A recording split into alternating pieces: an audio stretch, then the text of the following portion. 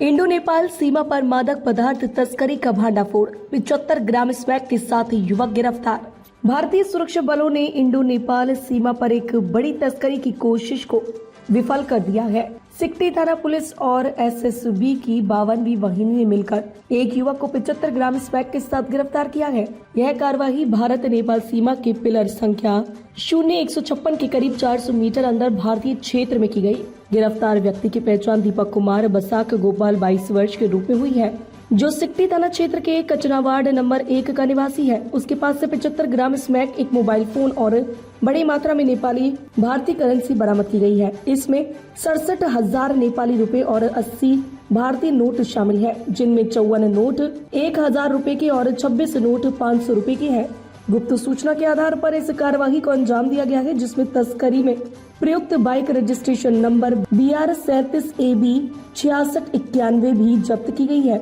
इस मादक पदार्थ की अंतर्राष्ट्रीय बाजार में कीमत करीब 2 लाख रुपए बताई जा रही है। एसएसपी आमकारी कंपनी के असिस्टेंट कमांडेंट संदीप आर्य के नेतृत्व में यह ऑपरेशन चलाया गया है। टीम ने बजरंगबली मंदिर के पास सघन वाहन चेकिंग की, जहां दीपक नेपाल की ओर भागने का प्रयास कर रहा था, लेकिन एसएसबी जवानों ने उसे तुरंत पकड़ लिया। तलाशी के दौरान उसकी पैंट के बेल्ट में एक काली पोटली में 75 ग्राम स्मैक छिपा हुआ मिला। आरोपी ने पुलिस के सामने स्वीकार किया कि बरामद किया गया मादक पदार्थ स्मैक है। उसके खिलाफ NDPS एक्ट के तहत कांड संख्या 150/24 दर्ज की गई है। पुलिस उससे पूछताछ कर रही है और यह भी जांच कर रही है कि यह तस्करी किन किन लोगों से जुड़ी हुई है। इस विशेष ऑपरेशन में असिस्टेंट कमांडेंट संदीप आर्य के साथ एसएसबी के अन्य जवान राजेश सिंह, रवि गौतम, नितिन खजूरिया, रविंद्र कुमार और सुधाकर प्रसाद शामिल थे। कार्यवाही भारतीय क्षेत्र में भारत नेपाल सीमा के पास की गई।